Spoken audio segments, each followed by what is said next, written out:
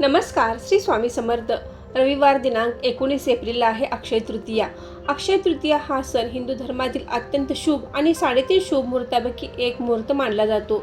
या दिवशी केलेले दान, स्नान आणि पूजन अक्षय फळ देणारे असते. अक्षय या शब्दाचा अर्थ ज्याचा कधीही क्षय होत नाही, जे कधीही संपत नाही. अशा या पवित्र दिवशी आपल्या घरात सुख, शांती आणि माता लक्ष्मीचे आगमन व्हावे अशी प्रत्येकाचीच इच्छा असते. पण शास्त्रानुसार घरामध्ये असलेल्या काही नकारात्मक वस्तू या प्रगतीमध्ये अडथळा निर्माण करतात आणि दारिद्र्याला निमंत्रण देतात. अक्षय तृतीयेच्या शुभ मुहूर्तापूर्वी घराची स्वच्छता करताना केवळ फक्त केरकचराच काढणे नव्हे तर वास्तू दोष निर्माण करणाऱ्या आणि संकटे ओढून घेणाऱ्या काही विशिष्ट वस्तू घरातून बाहेर काढणे आवश्यक असते.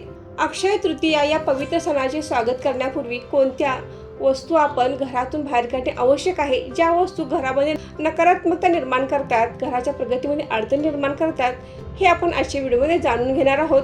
तर व्हिडिओ स्किप न करता शेवटपर्यंत नक्की बघा. नमस्कार मैत्रिणींनो, मी सारिका भक्ती विश्वमध्ये तुमचे मनापासून स्वागत करते. अक्षय तृतीया येण्या अगोदर आपल्या घराच्या बाहेर या वस्तू काढायच्या आहेत. अशा वस्तू घरात असल्यामुळे घरात निगेटिव्हिटी निर्माण होते, कुटुंबाच्या प्रगतीमध्ये अडथळे निर्माण होतात, घरामध्ये मतभेद वाढतात, कर्ज वाढते आणि आपण म्हणतो की आम्ही दिवस रात्र कष्ट करतो पण यशच येत नाही. कर्जाचा बोजा वाढतच जातो, आजारपणही वाढतच जाते. त्यामुळे या वस्तू घरातून बाहेर काढायच्या आहेत. यातील एक जरी वस्तू तुमच्या घरात असेल तर संपूर्ण कुटुंबाला त्याचा त्रास सहन करावा लागतो. आपले मन जसे सकारात्मक नकारात्मक गोष्टींचा विचार करते, त्याचप्रमाणे प्रत्येक वस्तूमध्ये सकारात्मकता आणि नकारात्मकता देखील असते. त्यामुळे प्रत्येक वस्तूमध्ये सकारात्मकतेचा आपल्याला फायदा करून घ्यायचा आहे आणि जर ती वस्तू नकारात्मक प्रतिसाद आपल्याला देत असेल तर ती वस्तू घरातून बाहेर काढायची आहे. अशा वस्तू घरात ठेवल्यामुळे आपल्या घराला तोटा सहन करावा लागतो. त्यामुळे अक्षय तृतीया येण्या अगोदर या वस्तू घरातून बाहेर काढायच्या आहेत. अक्षय तृतीया हा सण खूपच पवित्र आहे. 3.5 शुभ मुहूर्तापैकी हा एक मुहूर्त आहे. या दिवशी आपण आपल्या पितरांच्या सेवेसोबतच काही मौल्यवान वस्तूंची देखील खरेदी करतो. सोने, चांदी, वाहने अशा वस्तूंची आपण या दिवशी खरेदी करत असतो. त्याचबरोबर माता लक्ष्मी आणि भगवान विष्णूची देखील या दिवशी विशेष पूजा केली जाते. अक्षय कलशाची देखील स्थापना केली जाते. असा पवित्र सण येण्या अगोदर आपल्या घरातील या वस्तू बाहेर काढायच्या आहेत आणि अक्षय तृतीयेला आपल्या घरामध्ये माता लक्ष्मीचे आगमन करायचे आहे, पूजा करायची आहे. माता लक्ष्मीचे आगमन आपल्या घरात होणार असते. माता लक्ष्मीचे सेवेचे फळ आपल्याला मिळावे आणि देवी लक्ष्मीचे अखंड वास्तव्य आपल्या घरामध्ये राहावे, यासाठी अक्षय तृतीयेच्या अगोदर आपण आपल्या घराची साफसफाई करून ज्या अनावश्यक वस्तू आहेत त्या घरातून बाहेर काढायच्या आहेत. तर आपण घराची स्वच्छता करताना सर्वप्रथम आपल्या देवघरापासून सुरुवात करायची आहे. आपल्या देवघरामध्ये ज्या वस्तू आपल्याला नको आहेत, आपण ज्या वापरत नाही, तर अशा अनेक वस्तू आपण कुठेही देवदर्शनाला गेलो की घेऊन येतो आणि त्या न वापरता तशाच पडून राहतात. मैत्रिणींनो, आपण कोणत्याही धार्मिक ठिकाणी जातो आणि तिथून वस्तू काहीतरी घेऊन येतो. ज्या वस्तूंची खरंच आपल्याला गरज आहे, त्या आपल्या वापरात येणार आहेत, अशाच वस्तू आपण घरी आणायच्या आहेत. अशा पवित्र वस्तू आपण घरामध्ये आणून ठेवतो आणि कालांतराने या आपण न वापरल्यामुळे त्या वस्तूमध्ये नकारात्मकता निर्माण होते आणि त्याचा त्रास आपल्याला होतो. तर अशा देवघरात असणाऱ्या काही वस्तू असतात, फोटो असतात, पूजेच्या काही वस्तू असतात, त्या आपण वापरत नाही, तशाच त्या वर्षानुवर्ष आपल्या देवघरामध्ये पडून राहतात. पहिल्यांदा आपण त्या वस्तू आणायच्याच नाहीत आणि जर वापरात नसतील तर त्या खरोखरच अशा वस्तू विसर्जित केलेल्या चांगल्या. त्यानंतर आपल्या घरातील सर्वात महत्त्वाचे ठिकाण म्हणजे आपले किचन. आपल्या किचनमधील असलेली तुटलेली, फुटलेली, चेपलेली भांडी जी असतात ती आपल्या स्वयंपाकघरात वापरायची नाहीत. अशी चिरलेली, चेपलेली, तुटलेली भांडी घरामध्ये नकारात्मकता आणतात, त्याचवर दारिद्र्यामध्ये देखील वाढ होते. अशा वस्तू आपण अक्षय तृतीया सणाच्या अगोदर घरातून बाहेर काढायच्या आहेत, त्या भंगारामध्ये घालायच्या आहेत.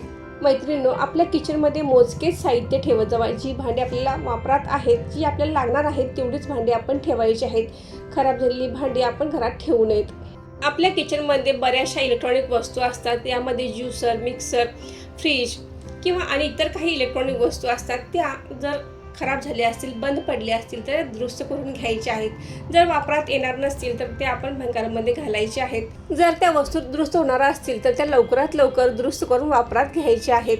बंद पडलेल्या इलेक्ट्रॉनिक वस्तूमध्ये खूपच लवकर नकारात्मकता निर्माण होते, तर अशा वस्तू आपण लवकरात लवकर दुरुस्त करून घ्यायची आहेत. त्यानंतरची वस्तू म्हणजे झाडू. माता लक्ष्मीला अत्यंत प्रिय अशी ही वस्तू आहे. झाडूला आपण माता लक्ष्मी स्वरूप मानतो, तर झाडू जर आपल्या घरातील खराब झाला असेल तो घरातून बाहेर काढायचा आहे आणि नवीन झाडू आपण खरेदी करायचा आहे.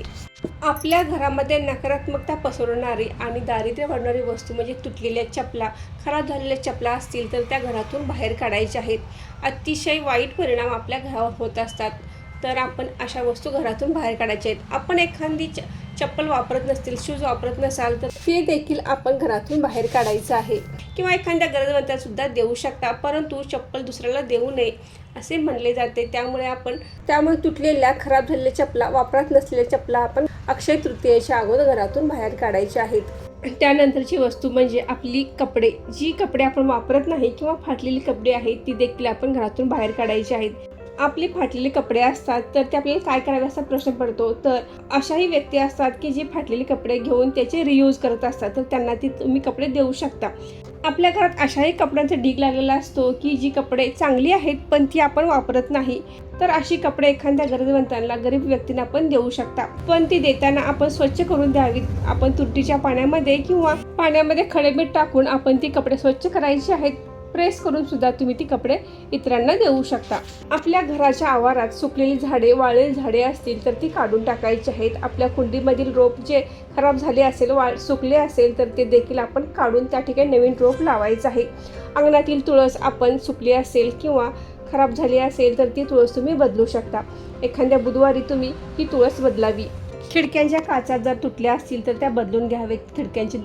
खिडक्यांचे पडदे असतील, खराब झाले असतील, जुने असतील तर ते काढून त्या ठिकाणी नवीन पडदे लावू शकता किंवा आहेत ते पडदे आपण स्वच्छ धुवून वापरले तरी देखील चालेल. फ्रीजमध्ये काही वस्तू आपण ठेवतो आणि त्या तशाच पडून राहतात, खराब होतात, तर त्या देखील आपण फ्रीजमधून काढून टाकायचे आहेत. आपल्या घरामध्ये तुटलेले फर्निचर असेल तर ते बदलून घ्यायचे आहे, दुरुस्त करून घ्यायचे आहे. आपल्या घरातील कोणतीही इलेक्ट्रॉनिक वस्तू असेल, खराब झाली असेल, जर ती दुरुस्त होत असेल तर ती दुरुस्त करून लवकरात लवकर घ्यावी. आपल्या घरातील कोणतीच इलेक्ट्रॉनिक वस्तू बंद अवस्थेत ठेवू नये. यामुळे या वस्तूमध्ये लवकर नकारात्मकता निर्माण होते, त्यामुळे त्याचा आपल्याला त्रास होतो. तर अशा वस्तू दुरुस्त करून घ्याव्यात. जर दुरुस्त होत नसेल तर त्या बाहेर काढायच्या आहेत.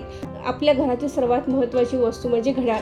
घड्याळ जर बंद अवस्थेत असेल तर त्याचेही आपल्याला वाईट परिणाम भोगावे लागतात. तर आपल्या घरातील घड्याळ दुरुस्त करून घ्यायचं आहे. घरातील दरवाजे उघडझाक करत असताना जर दरवाजातून आवाज येत असेल, कर असा आवाज येतो, तर असा आवाज येत असेल तर ते देखील मोठा वास्तुदोष निर्माण करते. यामुळे घरामध्ये सतत वादावादी होतात. तर आपण घरातील सर्व दरवाजांना वेळोवेळी तेल घालायचं आहे. दरवाजे उघडझाक करताना आवाज येणार नाही. तर मैत्रिणींनो, अक्षय तृतीया सणाच्या अगोदर आपण आपल्या घराची अशा पद्धतीने साफसफाई करायची आहे. खराब झालेल्या वस्तू घरातून बाहेर काढायच्या आहेत आणि माता लक्ष्मीचे आगमन आपल्या घरामध्ये करायचं आहे. अक्षय तृतीयेला माता लक्ष्मीच्या पूजनासोबतच अक्षय कलशाचे पूजन केले जाते. मौल्यवान वस्तूंची खरेदी केली जाते. त्याचबरोबर पितरांची देखील पूजा या दिवशी केली जाते. अक्षय तृतीयेविषयीच्या सर्व माहितीचे व्हिडिओ आपल्या चॅनलवर लवकरच येत राहतील. तर तुम्हाला आजचा व्हिडिओ कसा वाटला कमेंट करून नक्की सांगा. व्हिडिओ आवडल्यास व्हिडिओ लाईक करा, शेअर करा आणि सारिका भक्ती विश्व या यूट्यूब चॅनल सबस्क्राईब करा. धन्यवाद.